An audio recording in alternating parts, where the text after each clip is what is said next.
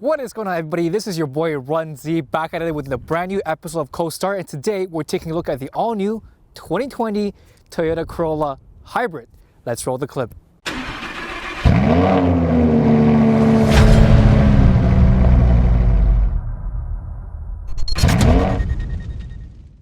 So let's drop some facts first. Now this car is 28,500 Canadian in the Canadian market. Facts. Number two, we have the premium package, which is a $2,000 option equipped in this car. Fact. Number three, this car is actually on, but you can't hear it. Fact. So let's get into it. This is the all-new 2020 Toyota Corolla Hybrid. Now, as you guys know, if you watched the show from before, I had the 2019 Toyota Corolla hatchback, which is a brand new in its segment. But what else is brand new for the 2020 Corolla sedan is this color. Give me 1 second. This is called the Celestalite color, which is brand new, never been done before for the Toyota Corolla platform. As you can see, the front fascia is very much Lexus-like and somewhat similar to the Toyota Corolla hatchback. The big mesh over here kind of resembles the Avalon a little bit. With the regular Toyota Corolla sedan, this part right here is just a regular black piano finish bar that runs across the middle. The lights, exactly the same as the Corolla hatchback. I love them a lot. I like the shape of it, and the groove of it definitely made this car a lot more sophisticated than the previous generation of the Corolla sedan. Below it, you notice more grooves for the hybrid. Over here, some indentation, and down below, a little bit of a chiseled chin over here for the added personality of the Corolla sedan. At the profile of the vehicle, you will find yourself a set of 15-inch hubcap wheels. I think behind it there are steel wheels with the hubcap design right in front of it. I mean, for 28K, you don't even get alloy wheels. That kind of bothers me a lot. I think, you know what, hubcaps are just very, very outdated. I'm sorry, Gord, I know you're watching this right now, but we should probably change this to a set of alloy wheels. I mean, you're wrapped with a set of Yokohama tires. I like them. They're very nice and comfortable for the 401 driving conditions. I found something very interesting at the rear bumper of the Corolla Hybrid. It's this little bump right here. Kind of looks like a pimple. Now here is my favorite part about the all-new Corolla Hybrid is the rear bumper. A lot of things going on, but let's talk about from bottom to up. So at the very bottom, you have one tailpipe, kind of a little bit cheesy. You know what? Sure, it's still a gasoline-powered engine, so that I would tuck it underneath a little bit more. Over here you have different color and grooves. I like it a lot. And here is where what I like to call it a step bumper, which means that you step on it to get inside the trunk, but this only comes alive for SUVs or minivans. So this strip right here, I don't know if it's a step bumper, but it's interesting. Let's leave it at that. And you have your rear view camera over here and this strip of rear taillights that runs across the bumper. Very nice on the design element of the Corolla Hybrid. Pop this open over here and you will see the trunk. Very spacious, exactly the same as the regular Corolla sedan. But what bothers me inside the trunk is this rear seats with the yellow piece over here, and I can see it. That kind of, to me, they forgot the seat element and design and kind of make you feel like this, they cheaped out and they forgot about it. So I don't like this part. I don't know if you guys can see it. You see black, you see the frame, and bam, you see a strip of yellow thing. I don't even know what to call it, but they should have definitely tucked that away because that lowers the value of the whole overall Corolla Hybrid.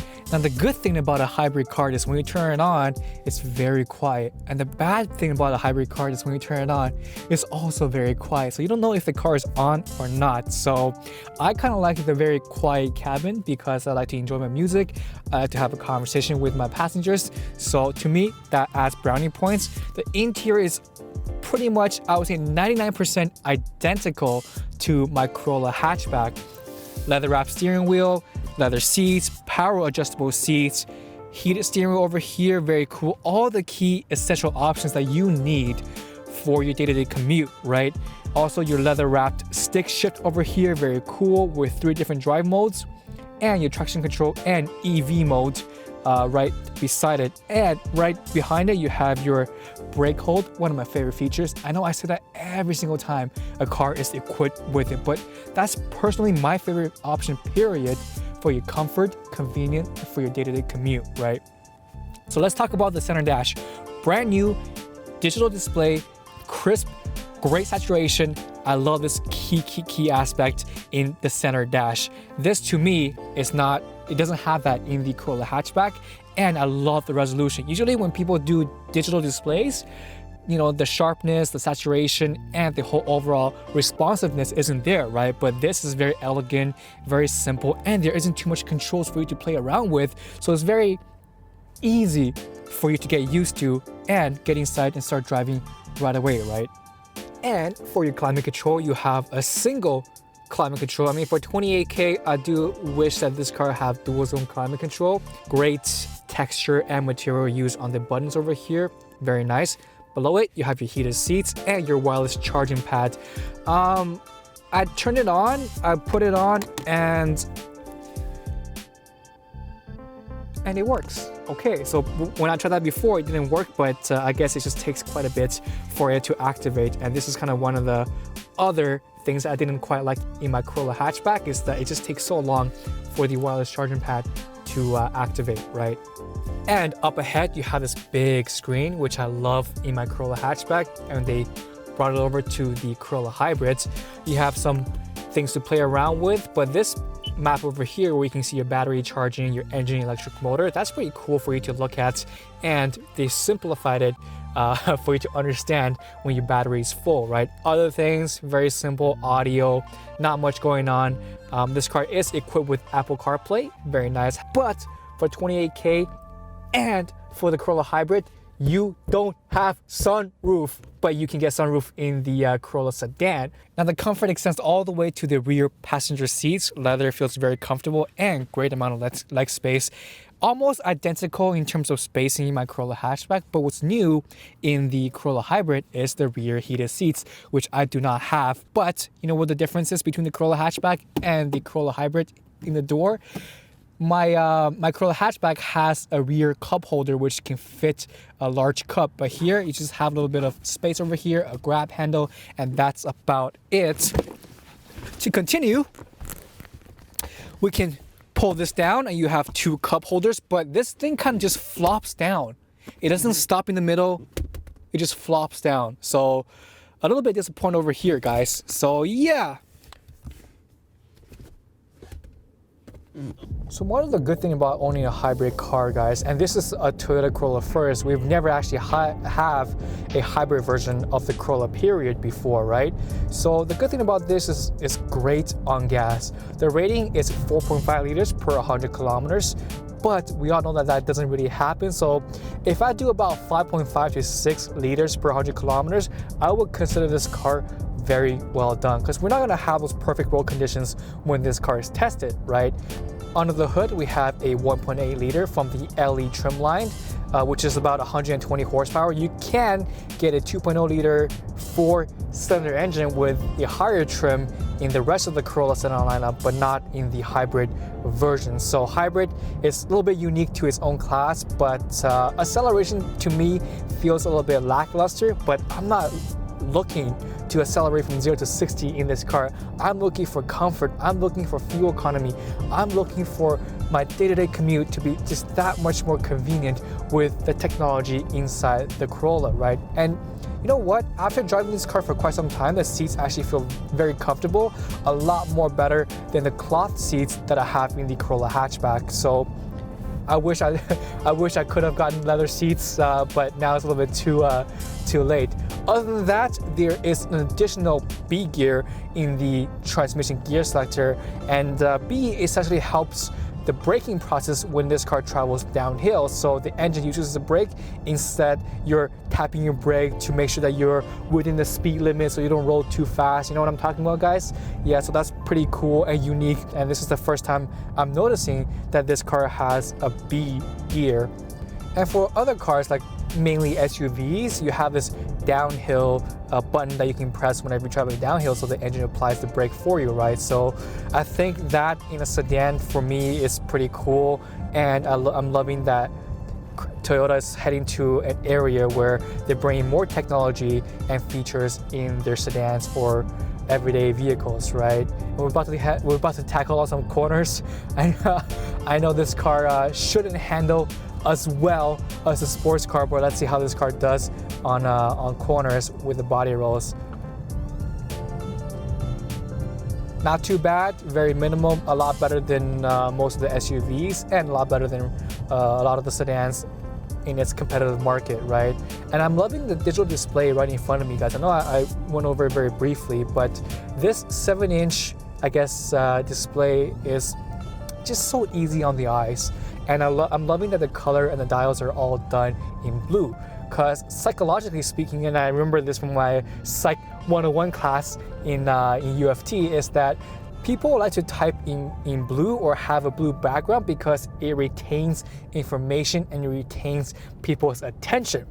Having a blue here engages the driver's eyes and makes sure the driver is aware of all the information displayed right in front of you. And I'm gonna try the different mode, which we have power, eco, oh, and that's it. So yeah, just power and eco. I'm assuming power is sport, which have a quicker throttle response, a little bit of acceleration, but you can also do the EV mode, which is battery only with power and eco or off, right? So I'm just gonna try the power mode once we turn left over here. But as you can see, guys, the interior cabin is very quiet. Very quiet. I can hear the air coming out from the air conditioning, and that's about it. In terms of road noise, yeah, I hear it. You know what? Not too bad, but I'm just so impressed with hybrid cars in general, as well as the Corolla Hybrid, on how quiet the interior is. And I guess for this car, guys, I really see someone that, you know what, that doesn't really want to spend too much on gas, but they're willing to pay a huge chunk up front for this type of vehicle. I mean, for 28K, you know, it's not a cheap price for you to sit in. I mean, for my Corolla hatchback, I paid about 24, 25-ish, and that to me is still a little bit pricey, right? But I love the design. I love this design, and I just like where Toyota's going in the direction with design, technology, and comfort, right?